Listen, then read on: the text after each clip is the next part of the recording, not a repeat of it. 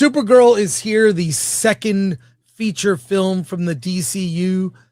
James Gunn's Superman was released last year and performed at the box office respectably.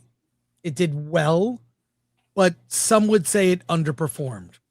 The critical reaction to Gunn's Superman, a very different vision of the DC universe, the reviews were mixed.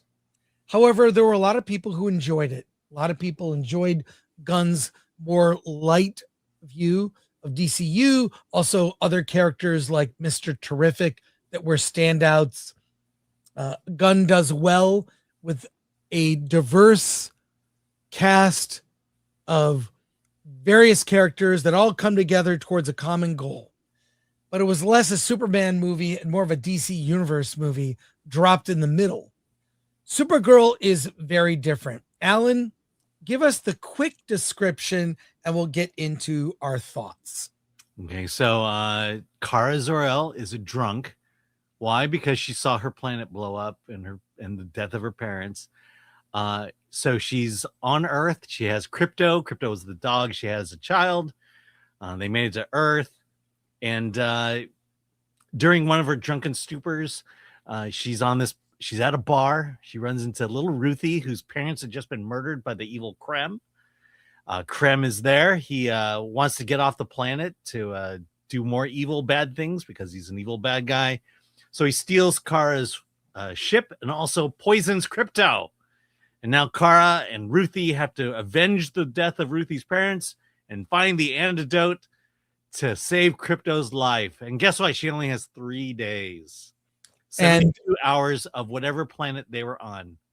And this basic description, you could have done in less than half the time. That's it. Yeah.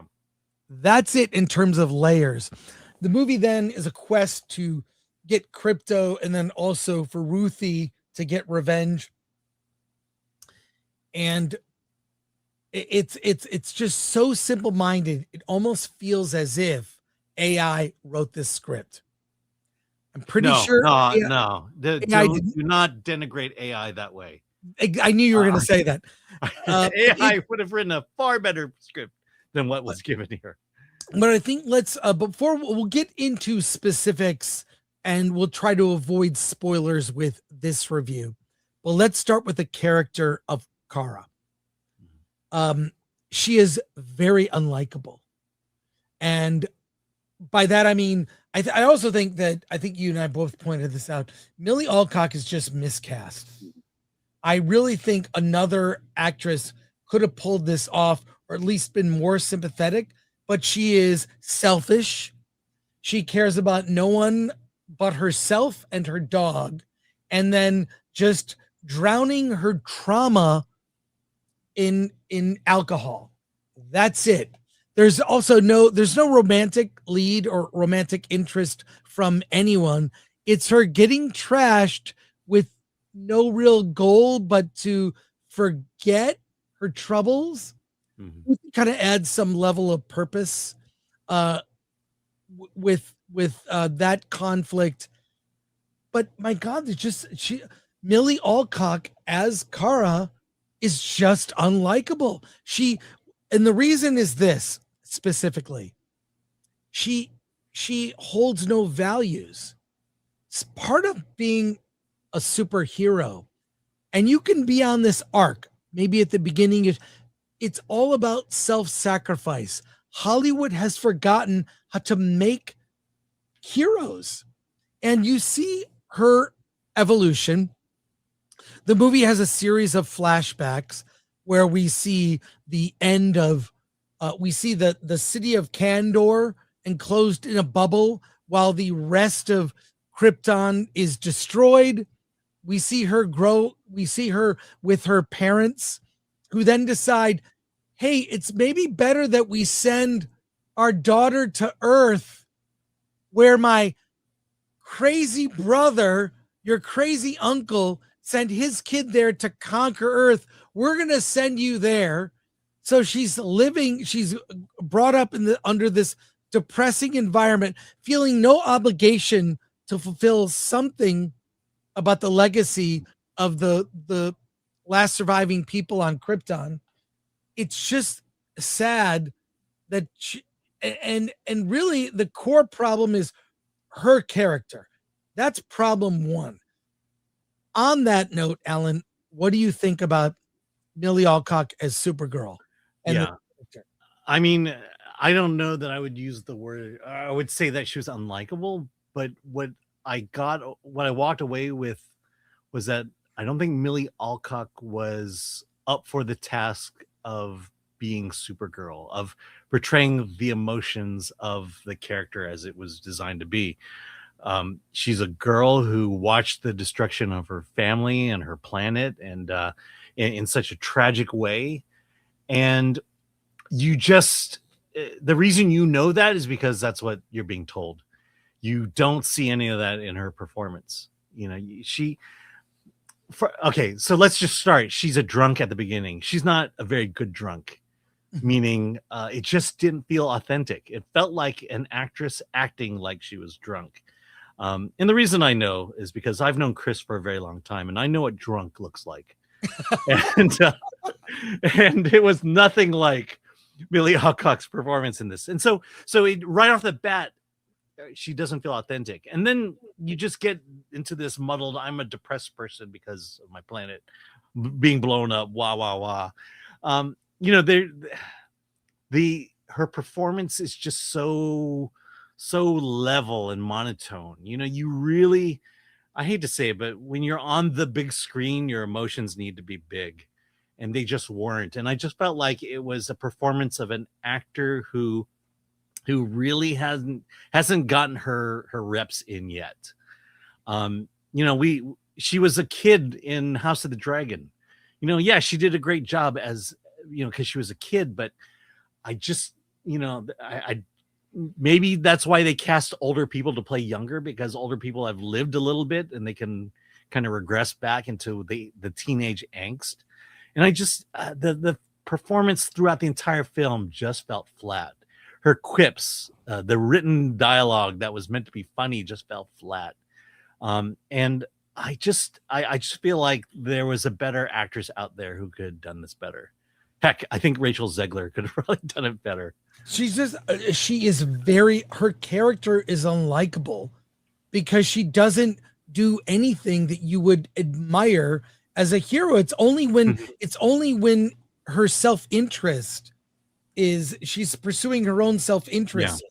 Basically her dog. That's the only time she doesn't. And let's be real. Let's be real. We've seen that story a lot in male characters. The guy who's just, you know, his wife left him or a family dead, and they're at a bar and they just don't care about life. We've seen that before, but at least there's an arc that snaps him out of it. And when you see the thing that snaps her out of it, you're going to realize how horrible this script is. And we'll talk about that on Friday.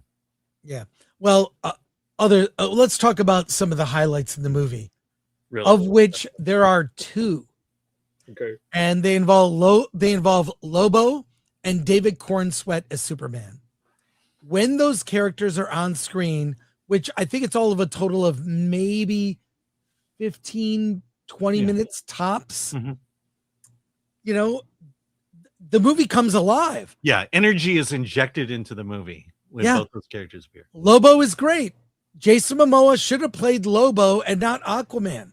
And David Cornsweet as Superman is likable. He's very likable. That's it, folks. Those are the two highlights for this movie. The two reasons you might find something interesting and something entertaining. Let me address those two. First of all, I don't know Lobo. I'm not a DC guy. So, you know, people are saying, oh, he's Lobo. I have no idea who Lobo is. And quite frankly, after watching Lobo, I have no idea who Lobo is. What I saw was Jason Momoa, and which is fine. He brings energy to the screen. He makes a presence. He makes his presence known, and that's great. But I don't know who Lobo is. And the other thing is, I'm realizing that with what everyone is saying is that Superman, I don't know why we have to make him so unlikable because he's a good guy. because he's a Boy Scout. But it's not that he is unlikable, but it's that the world is making him, the James Gunn world is saying that, yeah, being good is fine, but it's not cool. And that's what you get in this, is that being a good person and being Superman, someone who has values, American values, that they're just uncool, and they play him as uncool. And that's what really bothered me in this movie. Let's talk about the look of the movie. It looks so dark. Parts of the movie look like they backlit people. You know, if the light is behind you, you're going to be in shadow. That's half the movie, not an exaggeration. They're on starships. They're on 3 different planets. The 3 planets with different suns. They have different suns, but they look exactly the same. Muddy desert Mad Max world. You cannot tell these planets apart. There's nothing distinct. In the Star Wars films, at least the OT, there would be 3 different worlds that have very different looks to them, right? This movie, they all look the same. Couldn't tell you the name of any of the planets. They're completely forgettable. And the film is so dark, whether it's on a starship, a planet, it's not until the very end where we see Kara in the last act of the movie finally put on the suit that there's some color. But was that a choice? Because it's terrible. And people have complained about this kind of cinematography. It's kind of arty, it just looks bad. You can't tell what's happening. You can't see the looks on people's faces. Yeah. So it's just, yeah. I mean, clearly the great visual effects people, they must be all white men, because they can't get hired anymore, and they're leaving it to people who are just inexperienced. Look, I will just say it. The special effects, the final battle scene in Flash was a million times better than what happened in this. You think so? Are you kidding? You thought that this was just as good? No, as I didn't. I didn't think it was. Look, I think the Flash, at least you could follow the action. At least, look, it was still out in the middle of the desert, but it was interesting to look at. This one, it just felt cheap. And again, I don't know who these visual effects people are, but look, if you're going to spend, it was ILM, by the way. It was ILM. Oh, was it? Yeah. Well, then that's just about ILM. But the thing is, if you're spending hundreds of millions of dollars to make a movie like this, hire people who know what they're doing. And that's going to be basically my theme for the rest of this review, is hire people who know what they're doing. Just stop with the DEI. Stop hiring because the person's a woman or a person of color. Hire people because they can write good stories. They can choreograph an action scene better. This one, the final battle scene here is so embarrassing. I mean, that was when it was all said and done. Just in my mind, the words "profoundly awful" just came to mind, because this is such an inept movie in every single way possible. It just amazes me just how bad and worse it gets as the movie progresses. Yeah, well, first of all, I appreciate that you said that, Alan. I did not say that, but there's no proof that the people that did the effects were DEI hires, but you can, just they weren't veterans at their job. Let's put it that way. Okay. Yes. Not veterans, maybe newbies in special effects, but they were objectively awful. And I can't believe, but the biggest crime of this movie is how generic it is. Generic story, generic characters, generic villain, forgettable generic villain, generic action. And even the music, like the signature of a Gunn movie, is these great needle drops of songs. And they were so cliche and tired. And yes, it definitely has like the Gunn, it's got the Gunn influence of Guardians, but this is Temu Guardians of the Galaxy is what this is at best. In fact, Temu Guardians might be better than what this turned out to be. And what's disheartening is this is really the first bomb for James Gunn. he was an indie filmmaker who I knew back in the day. His movie Super with Rainn Wilson, great indie movie, highly recommended. Got him the job at Marvel to do Guardians of the Galaxy, his first movie for Marvel. I say his best film, his best mainstream movie. It's been diminishing returns since, and every movie has a sameness about it. And we've reached the end. And I really feel that, yes, he did not direct it. It's his studio. He clearly had influence. And you remember what he proclaimed when he got at DC. Yeah. We're not going to make a movie until the script is perfect, which was a dig at Marvel, because Marvel was known for, they go into production without a locked script. And Gunn is like, I'm not going to do that unless the script is absolutely great and locked. We're not going to go into production. Well, guess what? If this is the script that he approved, or declared great, like, and ready to shoot, you've got to take a step back and look at, like, that this may not have been what you were going for. And isn't the screenwriter also set up for Wonder Woman? Yes, Wonder Woman and Teen Titans, but she's also has, like, her only experience previous to that is a short film she wrote in 2018. So I have no idea. She's also an actress, but yeah. But the thing is, I mean, this is in my review. If you read it on Film Thread, it's the script. The script is the worst thing about this, because, as you say, there's nothing special about it.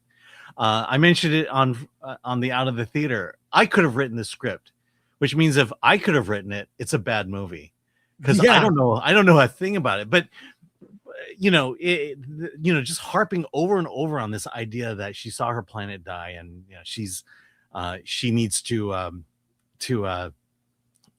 overcome that as the main obstacle in her life, and then there is that element in all stories where the hero just can't seem to overcome the antagonist until he realizes the weakness within him or her, overcomes it. This one, when you see it happen, when you see what allows her to overcome her weakness, again, who's writing this stuff? There's nothing special about it. The villain. I don't know who this villain is. Krem. I guess people know him from DC. But the thing is, I can't tell you, A, where he's from, B, why he's got such a bad attitude, C, I don't know what his motivations are, other than being bad. Sure, he has a bad disposition. He wants to kill everybody. But that's as surface level character development as it gets. And quite frankly, every single character in this is all surface level characters. Well, look at Ruthie lost her parents. Oh, never seen that before. Well, here's your review here on filmthreat.com. We'll put a link in the description to your review. You gave it a 2 out of 10. I think you're responsible for the low Rotten Tomatoes score, which currently stands at it was rotten last I looked. It's at 57. It's at 57% with 117 reviews. But go and read Alan's review on filmthreat.com. There are people, let me just say, there are people who are going to school and spending their time and energy learning to be screenwriters. And to say that this was perfect and that this was ready to shoot. I don't know how anyone who proclaims to want to become a legitimate screenwriter can look at this movie and not say that they could have made a much better story than what was put on the screen. My final thoughts on this are this. What it's missing is, you're right, the screenplay is the weakest aspect. There is not one quotable line, and there are so many I can quote, from whether it's the original Superman from 78 or Batman 89.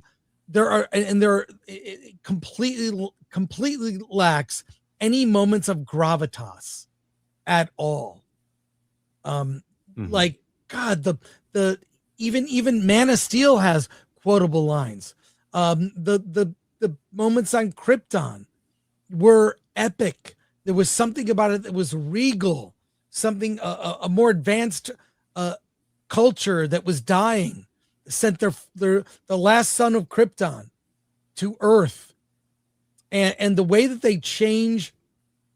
There's also no moments of elation, like when you see a superhero movie and you see something or a movie like this, you want to feel uplifted. When Superman saves Lois Lane, Mm-hmm. I've got you, you've got me, who's got you? And then he grabs the helicopter and saves the guys in the helicopter, and like that high that you feel like, yes, somebody, we live in a world of just nonstop horrible news, but when you see something like that that's good in the world, you want to feel elated. There was not one moment in this movie where I felt a sense of elation. Yeah. It was dark, depressing. It was not only physically dark in terms of lighting, it was dark, and not even in a meaningful way, like say a Tarantino movie. It was corporate and lame. And it's really sad to see. Let me add to that. There's nothing original in this movie. Yep. Not a single thing. There's nothing in this movie that says this is Supergirl, or this element can only be told in a Supergirl movie. We've seen this story over and over again. I lost my planet. I lost my parents. We see it in dramas. We see it in thrillers. We see it in action films. This film adds nothing to that. Nothing distinctly Kara Jor-El. And look, I can't look. She can't do the Wonder Woman movie. I'm sorry, she's just not up for it. And if this is the direction that James Gunn's taken the DCEU or DCU or whatever, he needs to be stopped. He needs to start going to his friends who are writers and ask them to make these movies, write these stories. And we'll get into a spoiler review later, but the big thing that leaked out, because I posted on social media, the fact that Kara's father has a throwaway line played by David Krumholtz, an actor I really love, who was in Oppenheimer. He says, your crazy uncle Jor-El sent his son to Earth to conquer the planet. Like, okay. So they doubled down on the evil Jor-El. And there's more to that we'll discuss in our spoiler review. But Alan, I think you're giving this a 2 out of 10. You're not recommending Supergirl. Yeah, I gave The Marvels a higher score than this. Yeah, The Marvels was at least fun. Yeah. The Marvels also has a likable character in Kamala Khan. Yeah. So, and then even Madam Web. Okay, it's in a so bad it's good. Yeah. This isn't even so bad it's good. I know. I mean, I'll be honest. As bad as it was, I did have fun with Madam Web. Yeah. Well, if there's a final nail in the coffin for the superhero genre, the name, you can call it Supergirl.